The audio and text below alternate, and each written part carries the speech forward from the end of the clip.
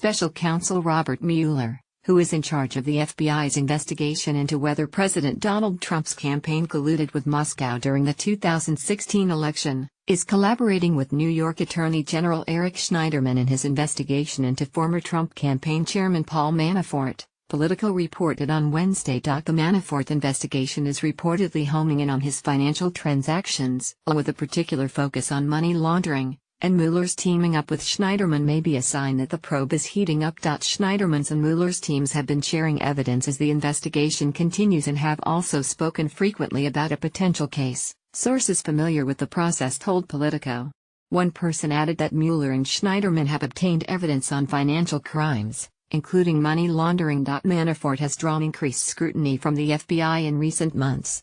The Washington Post reported that the Bureau conducted a pre-dawn raid on his home in July, and agents working with Mueller left Manafort's home with various records. Manafort has been cooperating with investigators' requests for relevant documents. But the search warrant obtained by the FBI in July indicates that Mueller managed to convince a federal judge that Manafort would try to conceal or destroy documents subpoenaed by a grand jury. Manafort is linked to the party through his time serving as a top advisor to Ukrainian President Viktor Yanukovych, a pro-Russian strongman whom Manafort is widely credited with helping win the presidency in 2010. The New York Times discovered last August that the Party of Regions in Ukraine had also designated him $12.7 million in undisclosed cash payments. Yanukovych was ousted in 2014 after widespread demonstrations against his decision to back out of a deal with the EU that would have distanced Ukraine from Russia and strengthened ties with the West. Yanukovych fled to Russia amid the protests, during which Ukrainian riot police opened fire on thousands of demonstrators.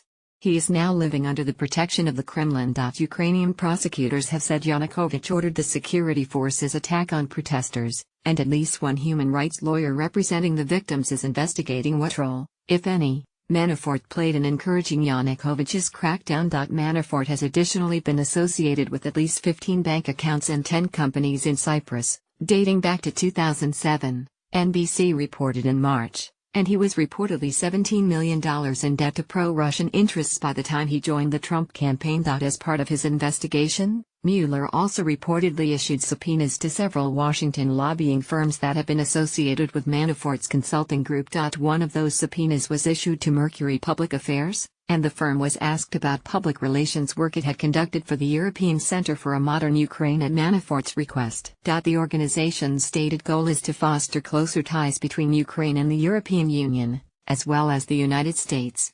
It was founded, however, by Leonid Koshera, a senior member of parliament for the Party of Regions. Legal experts have said that Mueller may be zeroing in on Manafort in the hopes that he will become a cooperating witness, and perhaps turn on Trump. His collaboration with Schneiderman, New York's Attorney General, could also be part of a broader effort to prompt Manafort's cooperation, because Trump does not have the power to pardon those convicted of state crimes. Politico reported that a decision has not yet been made on or whether to file charges. Nothing is imminent, a source familiar with the case told Politico. A spokesman for Manafort did not respond to a request for comment.